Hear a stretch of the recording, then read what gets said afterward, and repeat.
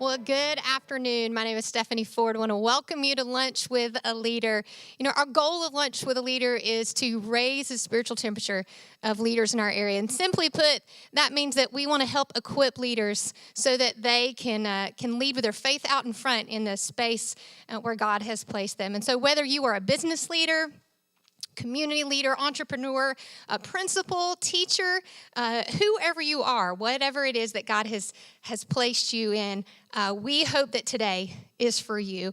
And we've got some of our North Star staff here today. We've got some of our Chick-fil-A friends, some of our police chiefs here with us today. And we know that many of you are watching maybe from a boardroom, from a conference room, maybe from your car on a lunch break. We would love it if you would let our chat host know. You can drop a picture, let them know where you're watching from today. We'd love to connect with you there. Our last one, Lunch with a Leader, is coming up on May the 24th, so go ahead and mark that down. You don't want to miss that. We'll take a little break over the summer and then be back together in the fall. Well, Mike is on his way up, so go ahead and grab something to write with, get your notes out, and let's get started.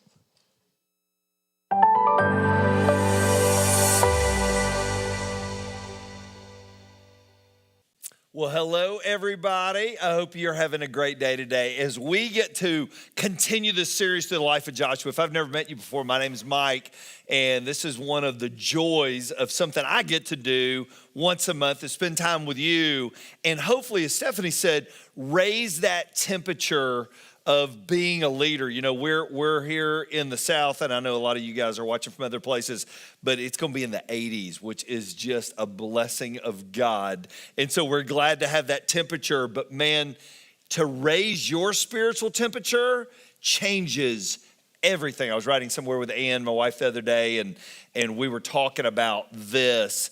And the goal is, if you change, you could change everybody.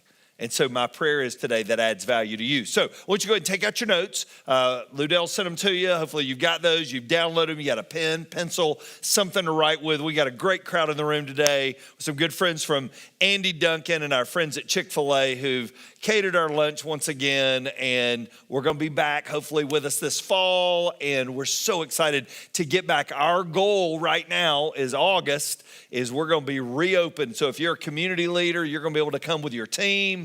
And we are going to get back going and have the ability to continue online as well. So hopefully you got your notes out.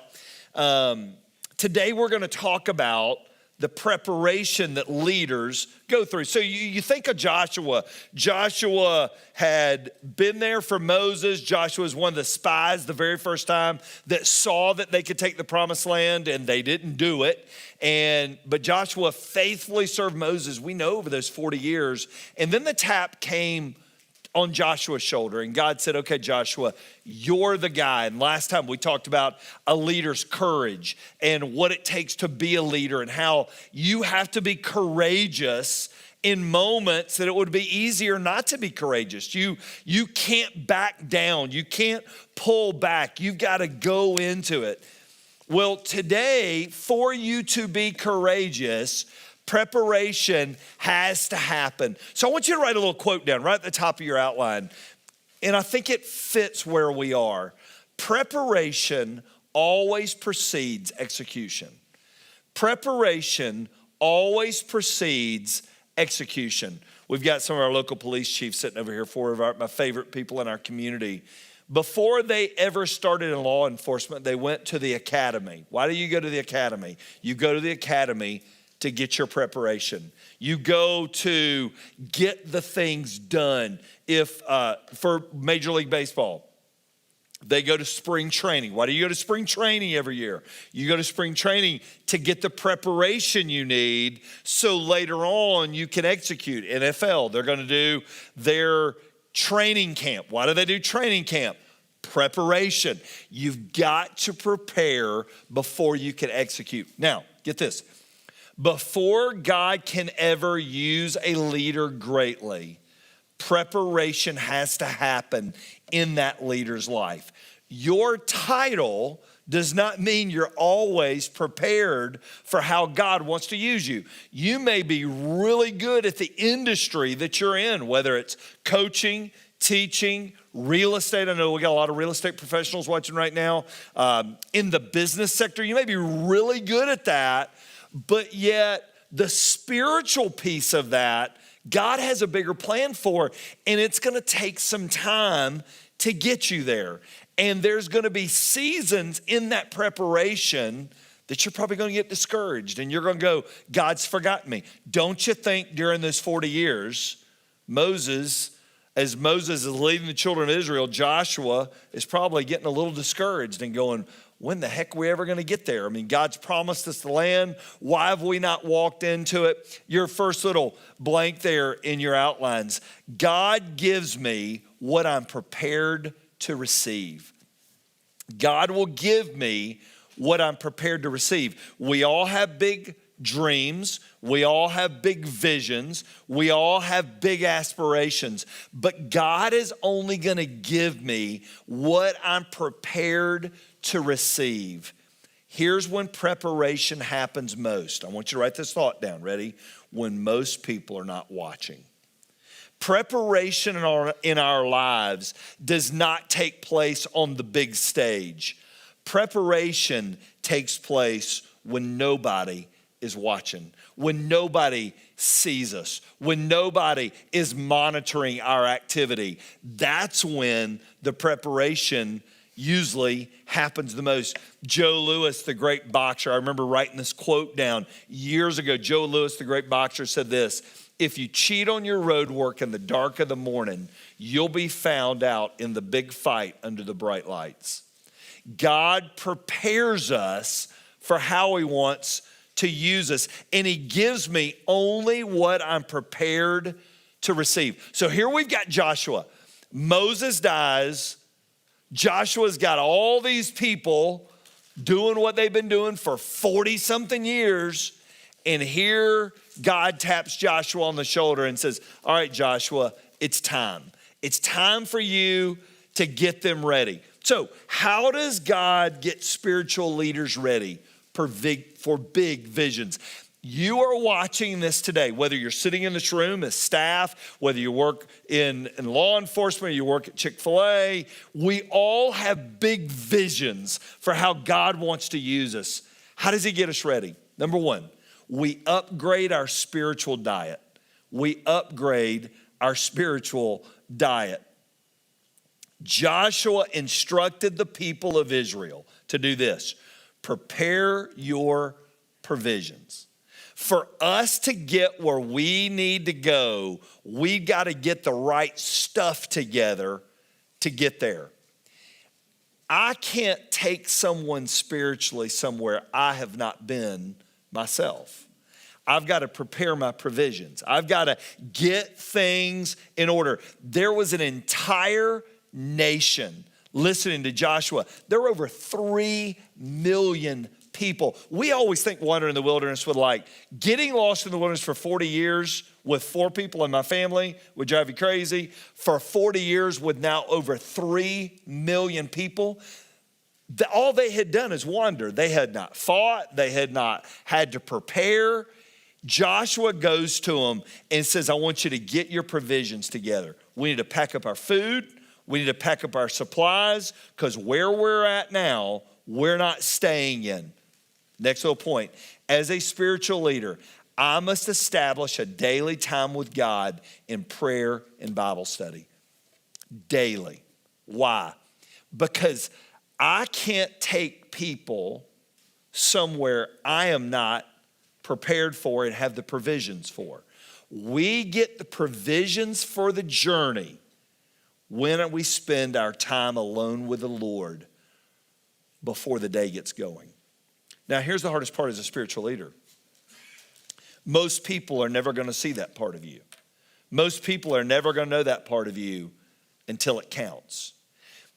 Those provisions that God has for you are all here. I was on a call early this morning with about 60 college baseball coaches and pro baseball scouts, and we talked about the importance of that time in God's word every day. Why? Because that's where we ground ourselves, and that's where we get it. But it's hard. So in preparation, there's always distractions, right? There's always things that can take us away. And it's the part of leadership we don't think about.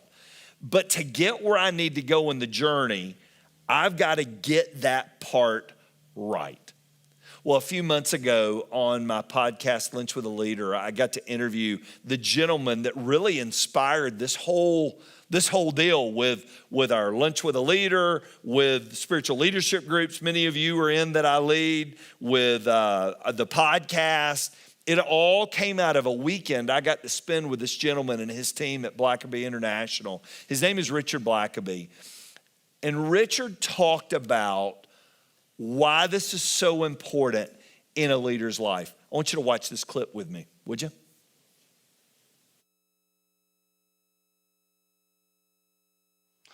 What's the greatest step? So maybe there's somebody listening today and they go, I'm a Christian leader. I go to church. I'm in a small group. But I wouldn't qualify myself as a spiritual leader. I wouldn't say that I'm somebody that's letting the Spirit guide my daily walk and daily decisions. I don't necessarily shelf my spirituality on Sunday, but when I go into being a principal or an athletic director or a coach on Monday, I don't think about God as much. What's the best step you would advise them to take to begin to involve that spiritual aspect of their life in their leadership? Well, I think certainly probably one of the best things you can do is just determine starting Monday morning that you're going to just set your alarm 30 minutes earlier or an hour earlier and get up and just start it with him. The problem is that you jump out of bed Monday morning and you've just been swept up into the current of all your busyness and you've not yet checked in with God. And so when you become a Christian, you're born again. And that means you're given spiritual eyes, spiritual ears, spiritual senses. But just like a little baby, you may, when a newborn baby is born, they can see you, but they have no idea who you are. That's right. When you're shoving your face into their face, they don't know who this strange creature is that's crowding their space. But they see you, they just don't recognize any of the significance of what they see. And I see a lot of Christians who have spiritual eyes, but they just don't recognize what God's doing around them. These opportunities that God keeps bringing their way. And so I tell people, listen, if you say you don't see yourself as a spiritual leader, it's not that God's not saying stuff to you. It's that you have never been taught to recognize his voice or to recognize his activity. But I can promise you, God is working around you too. And there are opportunities for you to be involved with what he's doing. You just got to learn to recognize it and learn to use your spiritual eyes and ears and every day just sort of calibrate your spiritual senses to the Spirit of God. And so that's what quiet times are meant to be. Not for you to quickly just read a devotional page in your devotional book or frantically read a chapter in the Bible so you can check the box. It is about just quieting your spirit, just tuning your spiritual senses all to God and saying, God, as I'm about to go to work today, just keep my spiritual eyes and ears open and help me not to miss it. And God, let me just make a commitment to you right now that if you show me what you're doing at work, even if it scares me to death, I'm going to commit to you right now. I'm going for it. And so if all of a sudden you prompt me to, go talk to somebody or invite them for lunch or to bring up the spiritual matters with a colleague at work, if I feel you prompted me to do that, I'm going for it. I'm going to do it. And if you get things in place right off the bat, I can promise you that you will begin seeing stuff you hadn't seen before. But if you get swept up, you're running late, you're racing to work, you're stuck in traffic, you can't find a parking place in the company parking lot, you're in no condition then to be aware of what God's doing. You're so off balance and out of sync right now that even the Spirit of God's he's gonna have to shout pretty loud to get your attention back. So start out giving God your attention, and now you're in a much better place to recognize what he's doing. Has that gotten easier as you've gotten older, or is it still a struggle for even you where you're at in your journey? Well, I would say it's easier, but it's still something you have to work at. It never becomes where you don't have to, you don't need a quiet time anymore because you just know how.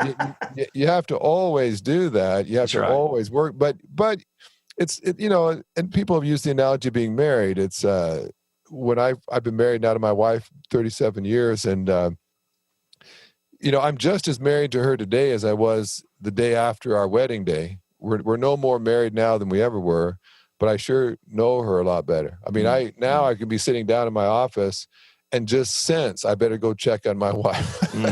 I just sense I haven't heard from her for a little bit. I just feel prompted by the Spirit to go check, and sure enough, I discover that she's maybe in our room, kind of feeling sad because she got some tough news from a friend, and I minister to her, and then I get back to work, and it's like, how did you even know to do that? You know, well, I can't explain it to you. You know, all I can tell you is when you've been married a long time, you're in such sync that I don't even have to be in the same room as my wife, and I can just sense something's not right. And so walking with God, it's the same way. It's, if you said, well, how did you know God wanted you to do that?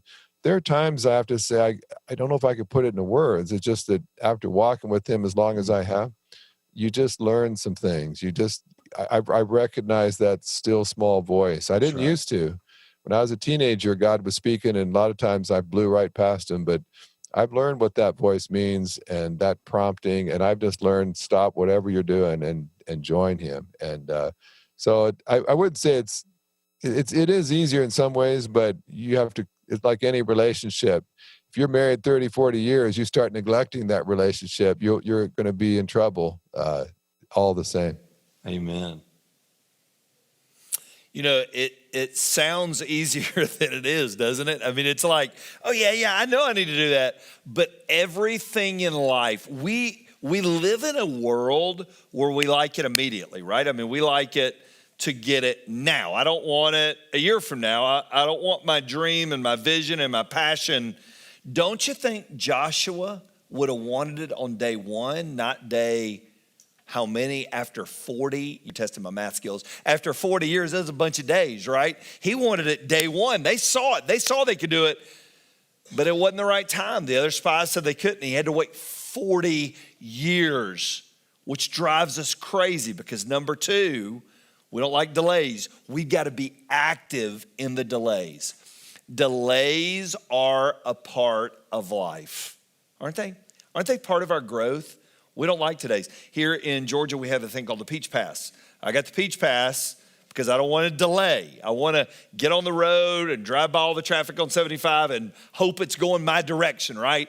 I don't want to delay. I don't want to wait. I don't want to wait on anything. But yet waiting and delays sometimes, and I want you to write this whole thought down, is when God shapes us the most. He tests our desires. Remember when your kids were little and they wanted something and you wouldn't give it to them right away? And sometimes they'd only ask for it once. And then there were times they would ask for it over and over and over a period of time, and you may end up giving it to them later because you know it wasn't just a one-time want. It's something that they waited on. And in that waiting, they were shaped in that waiting. Delays are incredibly shaping because here's two things we fight through in delays. I want you to write down. There's a little extra thoughts here. You fight through discouragement, and sometimes in delays, you fight through failure. And it tests the mettle of what you're called to. You take any organization, when you're wanting to move positionally within that organization, it never comes fast enough for you, right? You're ready. I remember calling my dad at my last job and saying, I think I'm ready for my next role. And I remember him saying, you need to take out a notebook and you need to write down all the things you're thinking. Because one day when you are in charge, somebody's going to be thinking these things about you. And it was a great lesson. And so you're writing down all these thoughts because I was in a delay and it wasn't coming as quick as I wanted it to, right? I was ready at 26 to figure all this out, not having to wait till I was 50 to figure it out, right? I mean, that's just the way that we are. But in those delays, we fight through discouragement and we also fight through failure sometimes. Because discouragement tests our mettle. This is something Dr. Falwell, when I was at Liberty, used to say all the time. You don't determine a man's greatness by his talent or wealth as the world does, but by rather what it takes to discourage them. How willing are they to push through those delays to get what they've been waiting on? How willing are they? And then sometimes it's failure. Sometimes in the waiting period, in the delay, we feel like there's a death of the dream. There's a failure. Dennis Waitley, the great author, he said this, it's really good. Failure should be our teacher, not our undertaker. Failure's a delay, not a defeat. It's a temporary detour, not a dead end. Failure's something we can avoid only by saying nothing, doing nothing, and being nothing. You can avoid it, but you'll accomplish nothing. Here's Joshua. You know all this is going through Joshua's mind. The last time I spoke up and said something, I had to wait 40 years. But God's told me it's time. I'm going to do it. Look at what he said in verse 11. For within 3 days, God told him, you're going to pass over this Jordan. Now, here was the problem with the Jordan. Ready? The Jordan River was at flood stage, meaning it's coming out of its banks. And we got to get from here to there. Now, all of their parents had crossed the Red Sea, but none of them had. That whole generation had died off. It was just a story of what God could do. Spiritual leaders wait actively and act dependently. Our waiting is active, meaning we don't lose our dreams and we don't lose our hopes, and we're waiting on the opportunity. That's what it means to wait actively. Waiting passively means, well, I'm just going to sit back and do nothing until it's over, right? So we're in the middle of baseball, we're fixing to start playoffs. It's the kid going, well, I'm not in the starting lineup, so I'm not going to work to get any better. So that's passive waiting. Active waiting is, I'm going to take the bag of balls, I'm going to take the tee, I'm going to go to the cages, and I'm going to get my swing. So when my opportunity comes, I'm ready. That's active waiting, right? As a leader, God is preparing to use you, just may not be right now. But it doesn't mean you sit back and go, well, God's forgotten me. You are never forgotten by God. God put you, and Stephanie said this line earlier, God put you where he put you for a reason bigger than you. He is preparing to use you if you are prepared to be used. How should we wait during these delays? Number one, it gives us time to comprehend the size of the task before us and pray. So during that waiting, sometimes we go, man, I'm not just given 30 employees, I'm given 30 lives, and I was put here to influence them. We always think we can handle vision, and sometimes God's vision for it is bigger than ours if we'll comprehend the size of the task.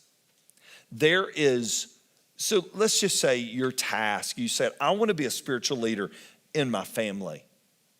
Do you know that God may be raising up someone in your family that could change the world? That might be your great task that you've been called to. Comprehend the size of the task before us and pray, God, may I be ready. May I be ready. Letter B, consult wise counsel. It gives us a time during this season to consult wise counsel. Look at what it says in Joshua 2. And Joshua, the son of Nun, sent 2 men secretly as spies, saying, go view the land, especially Jericho. And they said to Joshua, truly the Lord has given all the land in our hands, and also the inhabitants of the land melt away because of us. All right, pause there real quick. When Moses sent the spies in, Joshua and Caleb said this, but the other 10 said, we melt in the eyes of them. We're grasshoppers. Joshua picked the right people. I want you to write this down. This is huge. He picked the right people to listen to.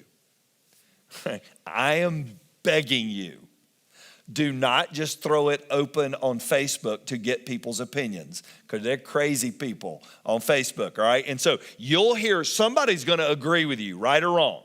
And a lot of people are going to disagree with you. Wise counsel, this is how I determine wise counsel.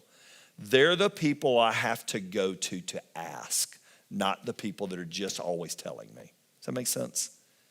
These are the people, if I want their wisdom, I have to call them and say, hey, I want to run something. So I'll tell you this. Last Thursday, I hosted a luncheon about the podcast. What can I do better in 2022?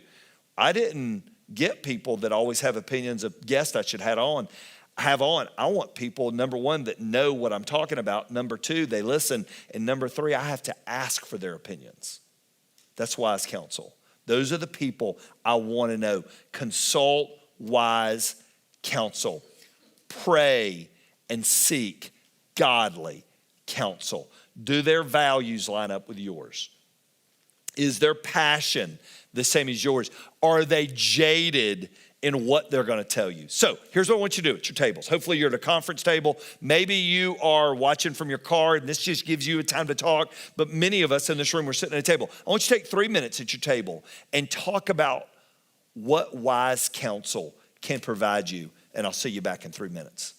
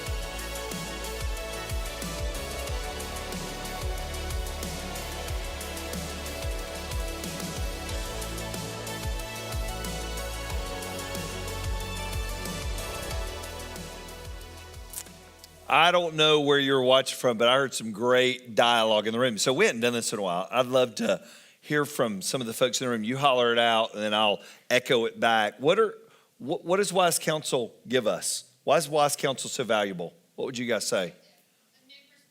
New perspective. Everybody, it's like standing around a big tree, and we're all holding hands. Every one of us have a different view of the tree. Perspective is huge. They may be older. They may have been in the industry longer. Very good perspective. What else?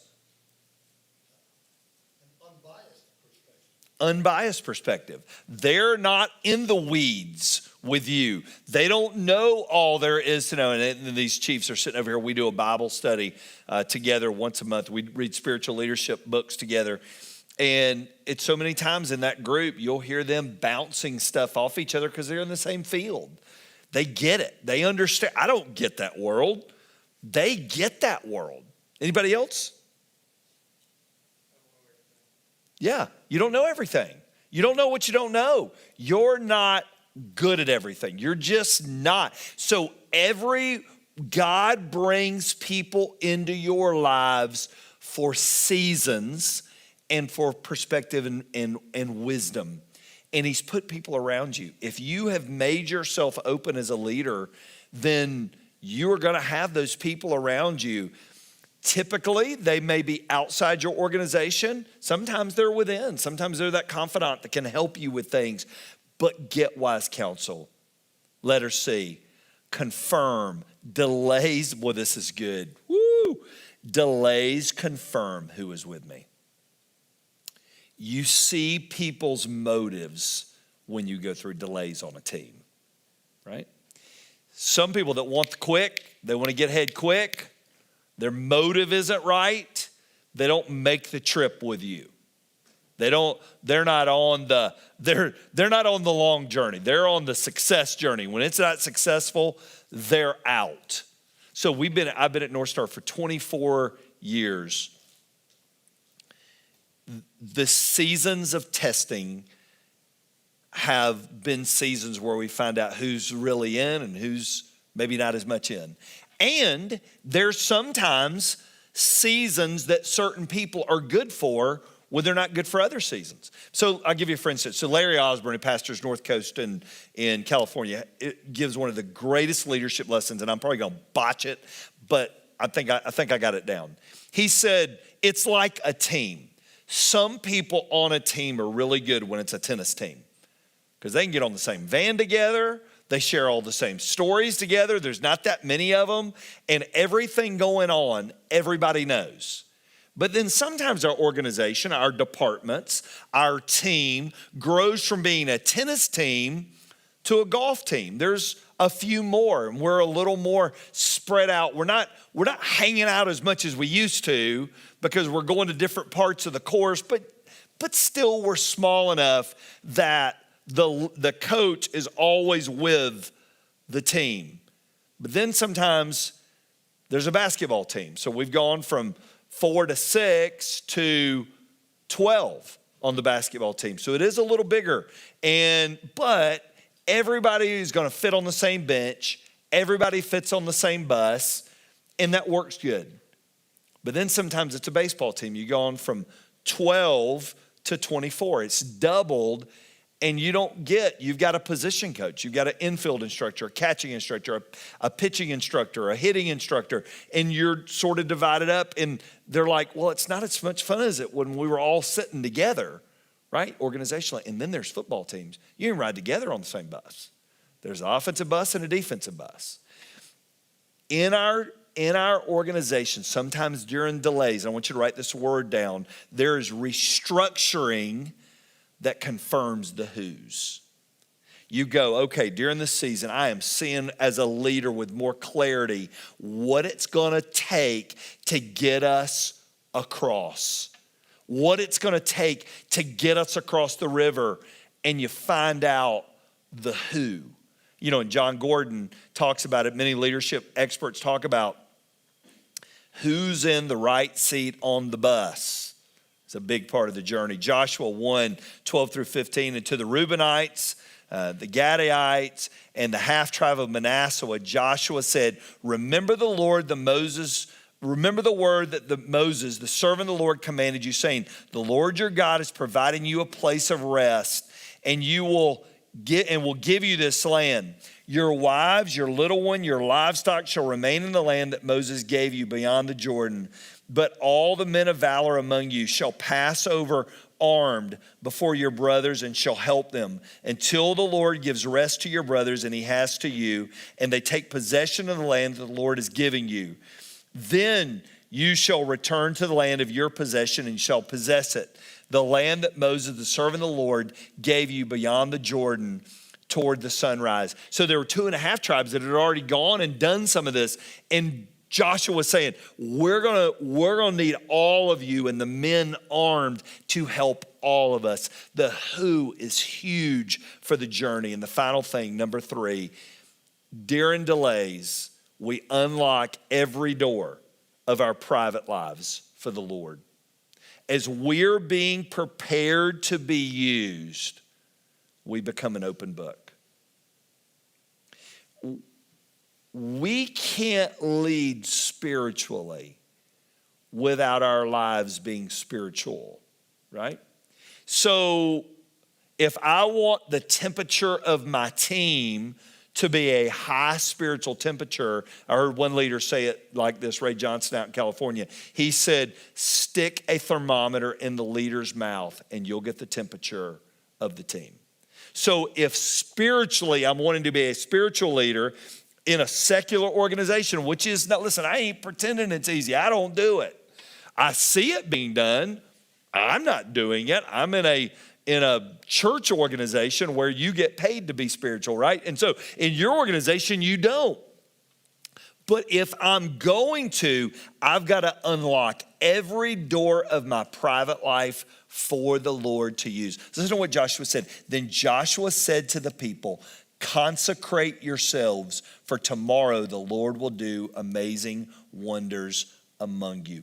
Consecrate. So I want you to write down these words. Ready?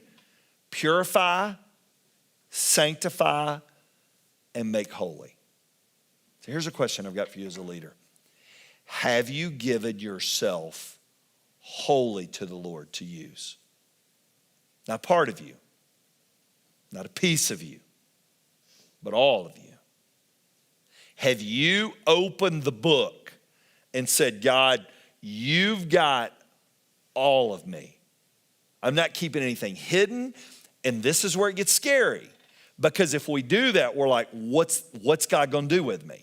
Is he gonna send me to Africa? Is he gonna send me somewhere I don't wanna go? Is he gonna make for me? So if I open myself to the Lord, is he always gonna send me on construction mission trips where I'm not have any ability to help with anything but carry wood? All right, is that all I'm ever gonna be good for? That's the danger, right? So when we open ourselves up to the Lord, what's God gonna do with us? Here's what he's gonna do with us. He's gonna use us beyond our wildest dreams. But our being prepared is directly tied to how much of my life I've allowed him to have. So if I give him half my life, but not all of it, he'll probably use me to half of what I could be. But if I open up all of me and say, God, I just want to be used, then God has more to work with. I know this. God has plans for you that are greater than your plans. God didn't let you end up where you are today by accident. You didn't tune in today by accident. You got connected to a friend who got connected to a friend. You heard a podcast. You had somebody invite you. Somebody shot you an email. It was random. And you got on here today. Ever how you got on here. God knew you were there. And for some of us today, it's that tap on the shoulder going, yeah, that last one's for you. Have you given your leadership? Have you consecrated your leadership for the Lord? Well, Mike, I'm just in real estate. Mike, I'm just a coach. Mike, I'm just at an office. I just work for the city. I mean, I'm really not that big a deal. You are to somebody. Your leadership matters to somebody. In fact, God would say this, I put you there to be a light for me, and the more uncovered you've made yourself spiritually, the brighter the light can shine socially in the world that you work with. Well, Mike, if I did what you did, it would be easy. Yep, in some ways. But here's the sad part of what I do and why we do things like this and all these Bible studies that I do and other things that I do. Why do I do all that? Because everybody here that works here Monday to Friday is already a bright light. You're a bright light in a dark place. And the more prepared you are for God to use you, the brighter your light can shine. Don't put a basket over it. Let God use the gifts, abilities, talents he's given you so he can use you in great ways. Here's my challenge for you today. Every day, wake up. Give God your first minutes of the day. Lock eyes with him. Walk towards him. And you know what will happen? Your leadership will be shaped by him, not by others. And you will become the person that God created you to be. Listen to podcasts, they're great. Read books, they're great. But nothing prepares you like this book. And my prayer for you is you let it guide you, because you will like where you end up. What did the writer of Proverbs, he said it this way: trust in the Lord with all your heart. Don't lean on your own understanding. In all your ways acknowledge him. Lock eyes with him every day, and then he will direct your path. Would you pray with me? Father, I pray today over all the leaders, both sitting in this room and watching today and tuning in today. Father, my prayer for them and my prayer over them is that they will be leaders like Joshua. They didn't get where they got easily, but you certainly had a plan in shaping them to be where they are now. God, through the delays and the discouragement and sometimes seeming failure, may they find their feet, and may they find their path in you. And God, today, may you use them to help some organizations and help some people cross their Jordan rivers, cross what seems impossible for anybody but you. And so, God, we give you our leadership, and we give it to you today. It's in Jesus' name that I pray. Amen. Well, once again, thanks so much for tuning in today. Huge thanks to Andy and Brenda and their Chick-fil-A team for providing lunch for our team here today. And we are thrilled and look forward to our time together in May with you. Thanks again for joining us, and I pray you have a great day.